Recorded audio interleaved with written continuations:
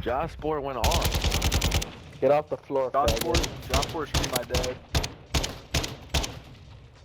John Sport, will you adopt me? While it is true that some guns in Modern Warfare 2 are dominant and slap harder than Will Smith, that doesn't mean others aren't bad. In this video, we're going to go over the worst weapons in Call of Sweaty 2022. Let's go. To start off this list, and it pains me to say this, it's the M16, and this probably isn't a shocker to any of you watching this video. It pains me because I wish it was secretly good. I wish there was some way to tune it and slap some attachments on it to make it straight gas. But no matter how you skin the potato, this year's version of the Call of Duty Classic is ass. While it did recently receive a buff in the past few weeks, it's still more of a letdown than Cyberpunk. It's rare that you're able to kill in one burst, and the fire rate between bursts is too slow. So typically, if you can't get the kill in that first part of the engagement, then you're dead. The M13 was a fan favorite in Modern Warfare 2019 because the recoil, like my father growing up, was non-existent. Oh, boo-hoo! Let me play a sad song for you on the world's smallest violin. And combined with high fire rate, it was all around a very good weapon, especially for Warzone.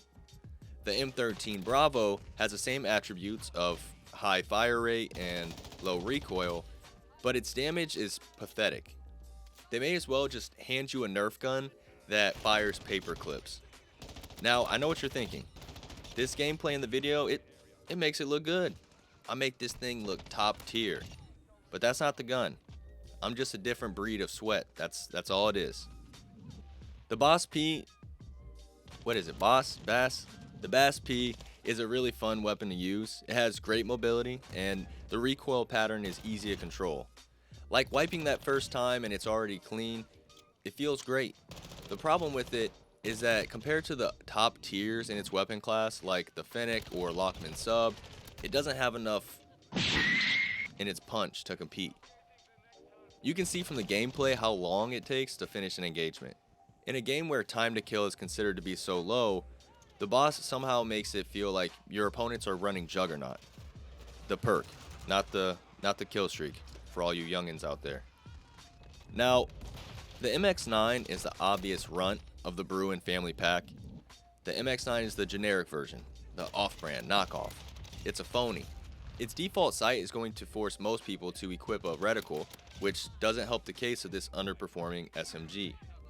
You want all the attachments you can get to make this thing better, and a sight takes away from that. It handles and fires very similar to the STB, and unlike the Bass, the damage isn't really the problem.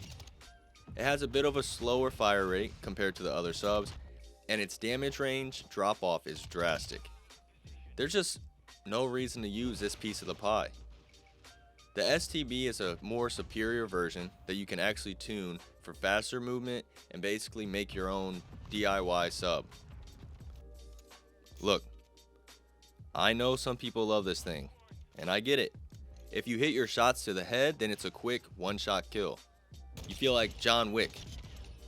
The mobility on it, fresh out the gunsmith, it's really good. So what's the problem then? Well, we can start off with the default 10-round mag. You're pretty much forced to reload after each engagement, and on top of that, the recoil is very noticeable. It's already difficult enough aiming for a little Men in Black alien head, but then add to the equation that all of your opponents are doing hurdles like the Olympics, and you get the answer of a lot of missed shots and lost gunfights. This is the part where I slide in that if you're enjoying the video, go ahead and drop a like. If you disagree with my last pick, then fine. You can take it away from the video. But I appreciate you watching nevertheless. I didn't put any of the LMGs on here because honestly, I think they're all pretty good. They're all pretty viable. But the shotguns. Sheesh. The shotguns in this game are overall pretty cheeks, no sandy. The one I'm going to bestow the honor of the cheekiest to, though, is the Bryson 890. This thing looks like it'd be a beast. It just looks mean, like a little kid staring at you from his stroller mean. But then you use it and you find out it's really just that kid in high school who acts tough but secretly just wanted you to reach out and be his friend. The delay between slugs is really slow, and even if you tune it to try to increase the time, or decrease the time, make it shoot faster. If you try to tune it to make it shoot faster, it's just not enough. While you can definitely do well with it since it does still have a decent one-shot potential, the problem is if you don't get that one shot, you're probably melted.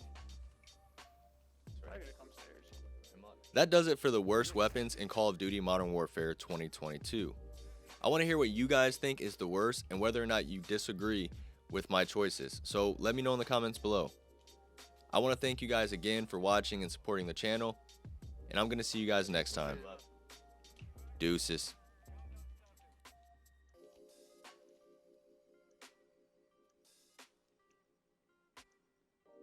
I'm so scared, bro. Behind you. Yep. To your left. I don't think you can get up there, can you?